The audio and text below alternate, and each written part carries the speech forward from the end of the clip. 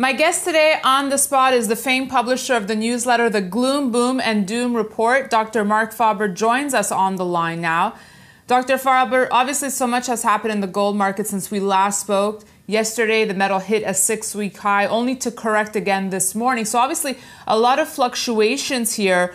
What do you make of the volatility we're seeing with the metal, and can we expect it to hold above 1,200? Well, as you know, that many market predictions of anyone have been massively wrong over the last few years. I mean, who would have thought that Italian, French, Spanish government bond yields would be lower than U.S.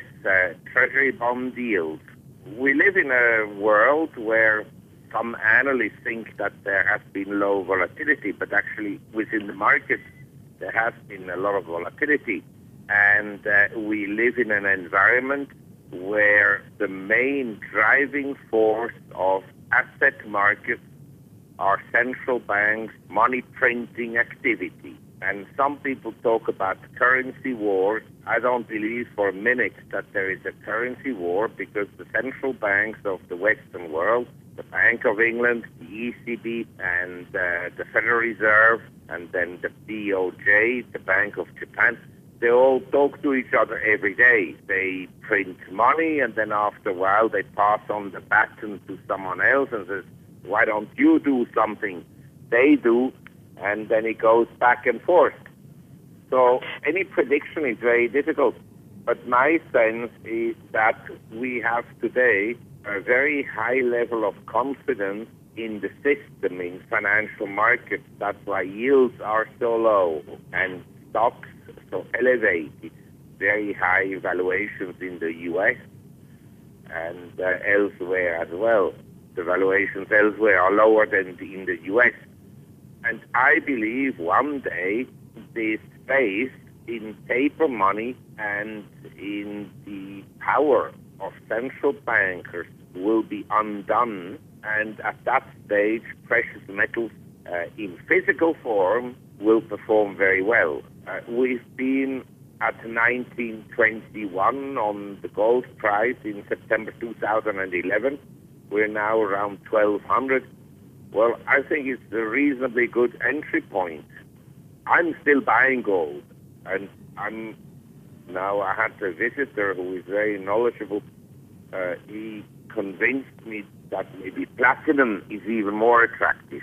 So is it a key buying opportunity? I don't want to say I buy now. I've owned gold since the mid-1990s, when it was trading around $300, and I buy every month some.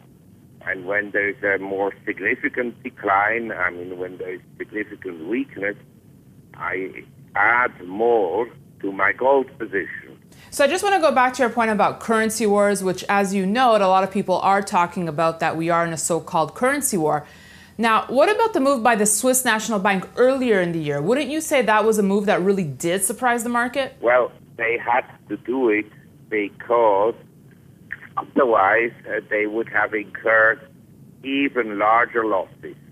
The Swiss National Bank, just to show you the stupidity of central bankers, managed to lose within 4 years 6,000 Swiss francs for every man, woman, and child in Switzerland. That's quite an achievement. Let's talk the Fed now. FOMC minutes coming out on Wednesday. Do you think that the Fed can even raise rates here given the current U.S. market conditions? My view is, given the dollar strength and that most recent economic statistics in the U.S. have been on the weak side, I don't think the Fed has any intention whatsoever to increase rates. And if they do, at some point, it would be because some really visible inflationary pressures would come up. And at that point, they would increase rates, but they would make sure that rates stay below the cost of living increases. In other words, we would still have negative real interest rates. So do you think then that they're just giving an illusion that they might want to raise rates in June or September?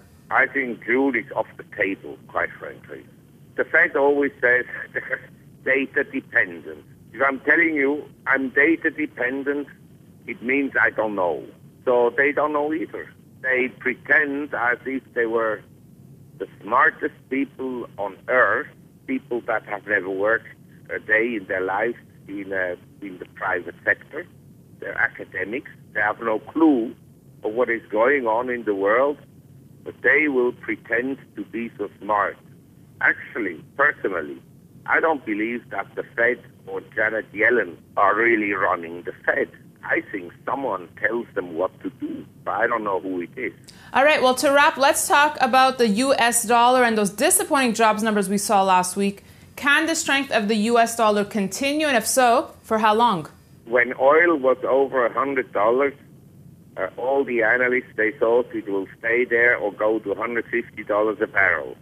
Then it dropped to $40. And when the euro was around 150, 160, everybody thought that the euro would continue to strengthen.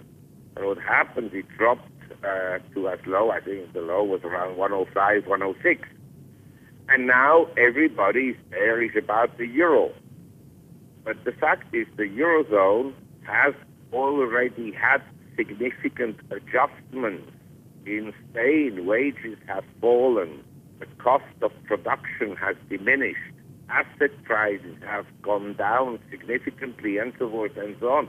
So at this level of euro, US dollar exchange rate, Europe is actually quite cheap. And over the last 6 months, all I heard in the world is, oh, the US is the only game in town. And that made me very suspicious, because the European market on valuations were much lower than the US. And what has happened this year, most of the European markets, I'm not saying all, but say Germany, France, Italy, they're up something like 10% in dollar terms. I'm pointing out in dollar terms, whereas the S&P is flat. And I think 2015 will see a year where Europe outperforms the U.S. massively. Well, thanks so much for speaking with us today, Dr. Faber. Yeah, my pleasure. Bye-bye. And thanks for watching this edition of On the Spot. We'll see you tomorrow.